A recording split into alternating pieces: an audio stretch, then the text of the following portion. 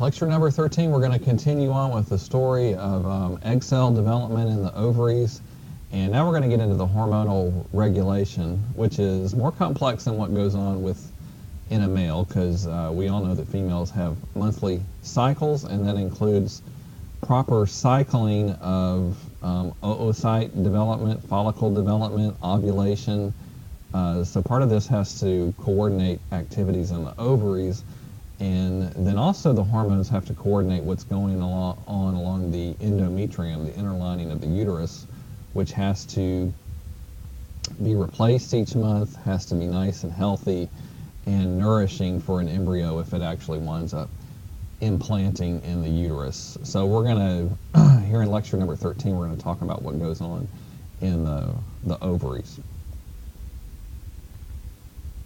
All right, so the ovarian cycle that expression refers to the monthly series of events associated with the maturation of an egg. And it is divided up into two phases. Okay, so a female typically has a 28-day ovarian cycle, and this lines up with a 28-day cycle along the endometrium in the uterus as well, which we'll talk about in the next video lecture. So the first half, days 1 through 14, are referred to as the follicular phase, follicular referring to the follicles. So this is the period where you have primary follicles developing, becoming secondary follicles, and then you're supposed to have one follicle that gets selected to become very large and mature each month. And that's typically what happens. This is a 14-day phase, but that length can vary from female to female. Ovulation occurs in the middle of the cycle. That's where the secondary oocyte gets popped out of the uterus and hopefully enters a fallopian tube. And then the next phase of the ovarian cycle is called the luteal phase, which is referring to the corpus luteum, the period of the corpus luteum, and that occurs during days 14 through 28 of the cycle. All right, so what happens during this follicular phase? So some of this we've already talked about before. Okay, you have primordial follicles. Now remember, inside a primordial follicle, you have a primary oocyte inside there. Okay, so your follicle names and oocyte names don't match up. It's very easy to get confused by that. So you got a primary oocyte that's in there. It's diploid. It has 46 duplicated chromosomes, and it has started the processes of meiosis 1, but it has not completed them. So during the follicular phase, you have some primordial follicles that become primary follicles, and that means the cells that are squamous-like in the primordial follicle, those granulosa cells that cover the primary oocyte, they take on more of a cuboidal shape, and the oocyte itself grows. It gets bigger. Oocytes are big, gigantic cells compared to most cells in the human body. Okay, then primary follicles, this is happening with some of these each month, are undergoing these different processes. Primary follicles become secondary follicles. All right, and so the granulosa cells actually become stratified, which means you have many layers of them surrounding an oocyte, so you no longer just have a little single layer around the oocyte in the middle. The granulosa cells are much, much, much, much smaller than the oocyte. And as the secondary follicles continue to mature, they're actually going to have connective tissue coverings around them called theca. And there's a theca interna and a theca externa. There are two different theca that wind up developing. And the next few slides have some pictures of this from your textbook. So over here, if you actually looked at some primordial follicles under the microscope, this is what you would see. So all the purple swirls you see all over the place, most of that consists of connective tissues It's staining purple because you have a lot of protein fibers in those connective tissues. Uh, and that's providing the fillers here in the cortex of the ovary. Remember, the cortex are the superficial areas, and that's where this follicle development is taking place. So right there, that big cell that you see there and over here, the dark spot in the center is the nucleus, and that little ring around them, those are the granulosa cells. You can't really see the dividing lines between the individual cells, but those are the granulosa cells that are making up the housing of the primordial follicles. And they're pretty small. That's what they look like on our whole ovary diagram over there. All right, and then a primary follicle, if you zoomed in on one of those under the microscope, that's supposed to be these guys. Well, hang on. I can't seem to remember to leave my pen on today. Okay, over here we have our primary follicles. And now this is magnified more than the previous image. It doesn't mean a primary follicle is this much bigger than a primordial follicle, but there's the nucleus of the primary oocyte, so we still have a primary oocyte in there.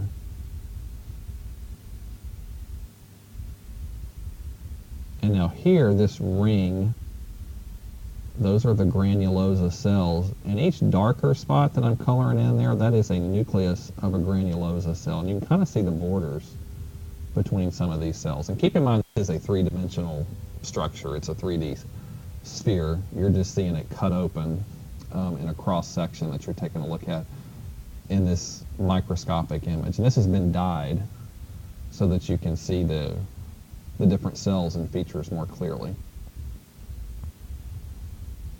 All right, and then here is what a secondary follicle looks like under the microscope. Okay, and on our ovary time clock diagram over here, this is where we are on the diagram. So you can see that this follicle is getting much larger. There's the oocyte on the inside. This is still a primary oocyte. So we have a secondary follicle because you have multiple layers of granulosa cells as it becomes stratified surrounding this secondary follicle. And also you're going to start to see, outward, out in here, you're going to have the development of the connective tissue covering the theca interna and the theca externa out in there. Secondary follicles become late secondary follicles, and it's on those more mature secondary follicles where you develop these connective tissue coverings that are called the theca folliculi, and it's a double layer, theca interna and theca externa. And as we're going to see, these are the connective tissue coverings. You have cells in there. Connective tissues have cells in them, just like all tissues. And the cells in the theca and the granulosa cells are going to cooperate to produce estrogens, as we'll see shortly. Also, there's another structure that forms called the zona pellucida. And this zona pellucida, all right, so here's our big, gigantic monster primary oocyte. And then what happens is, bring up this one, surrounding that, what I'm drawing in green here, there is a coating of glycoproteins, and that is your zona pellucida. So those are not cells that are directly in contact there with the primary oocyte. It is a glycoprotein, it's a sugar protein combination rich covering, or kind of like a film or a membrane that surrounds the oocyte. And that's kind of a tough covering, and that's what the sperm cells, when a sperm fertilizes this egg, it's going to have to penetrate through that zona pellucida. And then in addition to that,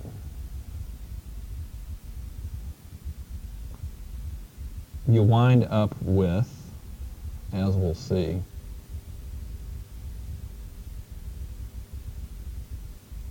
as we're going to see, the oocyte in there inside this follicle with the zona pellucida around it, it winds up separating from the rest of the secondary follicle housing and kind of separates itself off, and it becomes surrounded by fluid. So there's a fluid-filled space inside the more mature secondary follicles called an antrum. An antrum, which I covered up with the green line there. Antrum refers to a fluid-filled space. But there are some granulosa cells that stay attached to the zona pellucida and that primary oocyte, and that is called the corona radiata.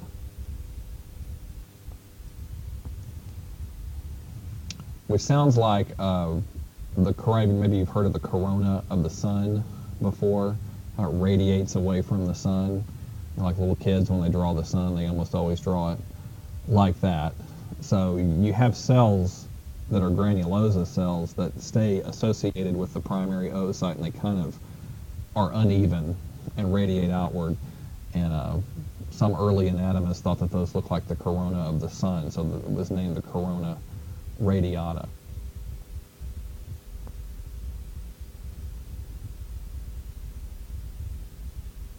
Okay, and here's an image from your textbook of a late secondary follicle. So here's the primary oocyte in the center.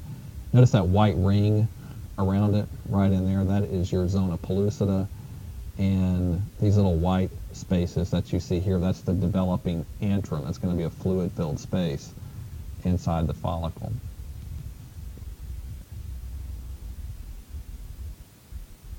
Okay, a late secondary follicle becomes a vesicular follicle or a mature follicle. It's another name for it, Graafian, and it is Graaf, named for some dude named Graaf who discovered these.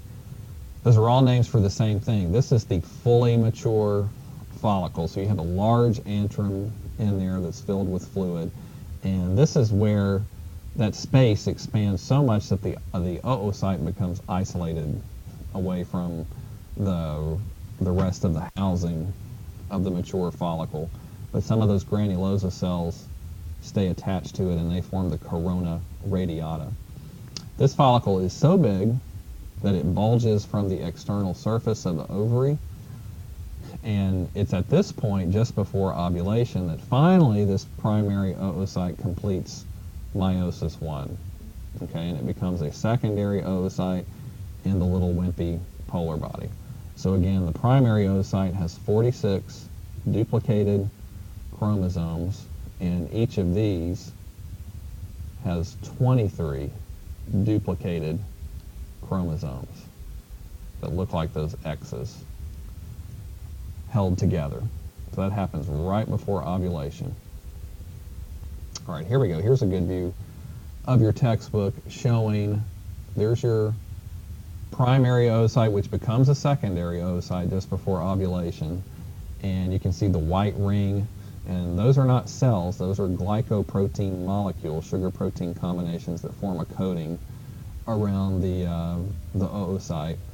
And then outward from there, here in pink, those are a few layers of granulosa cells that remain associated with the oocyte, and that's called our corona radiata. That's your corona radiata, which they have highlighted on the drawing over there as well. And you can see that fluid-filled space in there, the antrum, and then out in here, this is where you have the other granulosa cells that are forming the outer shell or the outer covering of this mature follicle, and then outward from there you have the connective tissue theca out there as well. So this is a pretty impressively sized structure that develops each month during the ovarian cycle. And again, you can have more than one of these that are developing during each ovarian cycle, but typically only one goes on and becomes a fully mature follicle during each ovarian cycle. All right, during ovulation, the ovary wall is going to rupture. It actually breaks apart. That can cause a twinge of pain that is felt at ovulation. So right in the middle of the cycle, and that does have a name, Mittelschmerz, which is a German term for the twinge of pain that can be felt at ovulation. So ladies, now you know what to call that pain when you feel it. And I'm sure everybody will look at you like you're crazy unless maybe you've got a German friend. And so as that ovary wall ruptures, the secondary oocyte emerges. It's got the corona radiata attached to it, and also that zona pellucida. Notice it's saying it's being released into the peritoneal cavity, the abdominopelvic cavity, but the fallopian tube has those fimbriae, those little finger-like projections that hopefully will capture the secondary oocyte and guide it down into the uterine tube. 1 to 2% of ovulations do release more than one secondary oocyte each month. You might have one from one from one ovary, one from the other. And if this happens, this is when a woman has fraternal twins. Fraternal twins develop when two separate oocytes were released and get fertilized by separate sperm. Because if you think about it, each mature sperm, each secondary oocyte is unique. Yes, you have one set of those 23 chromosomes in there, but think about where those chromosomes came from. They came from grandma and grandpa, right? The mom over here and the dad over here. The mom got her chromosomes, one set from mom and one set from dad. The dad over here got his chromosomes, one set from his mom, one set from his dad. And so in each individual sperm or each individual egg, you're going to wind up with different sources for those 23 chromosomes, if you know what I mean. So like over here in mom, this oocyte might have chromosomes 1, 2, and 3, and 4 that came from her mom, and 5 and 6 came from her dad, 7 came from her mom, 8 and 9 came from her dad. Another oocyte in that same mom might have its chromosome number 1 from her dad, chromosome number 2, 3, and 4 from her mom, and so forth and so on. And because there are, along a chromosome, you have genes, and the two copies of each of your genes that you inherit may be slightly different. That's what leads to the different traits and characteristics that we have. So the different combinations of those chromosomes in each sperm or egg is what makes each one unique in terms of its genetic recipes, and that's what leads to the variation that you have from individual to individual. So if twins result from two separate secondary oocytes, they're going to be fraternal. They're no more genetically related to each other than any other siblings. Identical twins, though, happen when one oocyte gets fertilized. They come from the same oocyte. So after fertilization, the very early embryo divides into two identical embryos. So they're genetically identical. They have the same sets of genetic recipes. That's where your identical twins come from, which are more rare than fraternal twins are. Okay, this is, let's see, figure 2720 from your text is just showing you've got a capture here of a follicle rupturing and ovulation. All right, so after ovulation, you move into what's called the luteal phase. Okay, let's back up over here for a second. These leftover cells of the mature follicle right in there, those are going to develop into the corpus luteum over here and over here. So those leftover granulosa cells. The antrum that had the fluid in it, that actually fills with clotted blood. So you do have some bleeding that goes on out of the ovary each month. Granulosa cells and some of the internal thecal cells together form the corpus luteum. What is the corpus luteum going to do? It's actually a hormone-producing structure. Those cells become a little, that cluster of cells becomes a little miniature endocrine gland and secretes progesterone and estrogen. And both are needed to maintain the endometrium. the inner lining of the uterus for implantation of an embryo. That's why those hormones are needed. We're going to be talking more about why that is. Okay, if no pregnancy occurs, if fertilization does not occur, the corpus luteum becomes the corpus albicans. So luteum refers to yellow. Albicans, like albino, refers to white. So it takes on a white appearance, and really it's a type of scar tissue. And that occurs after about 10 days. On the flip side, if a woman does get pregnant, the corpus luteum stays alive. And this is necessary because you need this to keep producing estrogens and progesterone for about the first 3 months of a pregnancy. Gradually, the placenta will take over. The placenta that develops in the uterus will start producing estrogen and progesterone to maintain the pregnancy and make sure the endometrial lining stays in place and doesn't get sloughed off.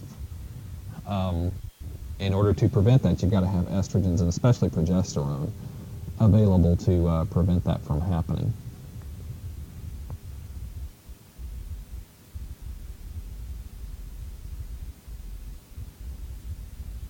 Okay, and this picture from your textbook, this is what a corpus luteum actually looks like if you're reviewing it under a microscope. And I know it doesn't look yellow.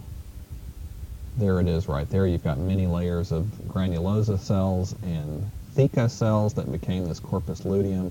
Doesn't look yellow because they've applied purple and pink dyes to the tissue on the slide so that you can see it better. But in an actual live ovary, it would have a yellowish color. Okay, so we've mentioned some of these key hormones of the female reproductive system. In the next lecture, we're actually going to talk more about them and what their specialized jobs are, and that will continue the story. Be sure you're taking good notes as we move through this part, because this is the most complex part of the reproductive system, male or female, and you need to learn it as a step-by-step story, and and try to understand why it has to work this way to keep everything happening in a cycle. If you study it that way and you learn it that way and you don't just try to memorize words and definitions, you'll benefit a whole lot more from it. So lecture 14, we're going to talk more about the functions of these female reproductive hormones.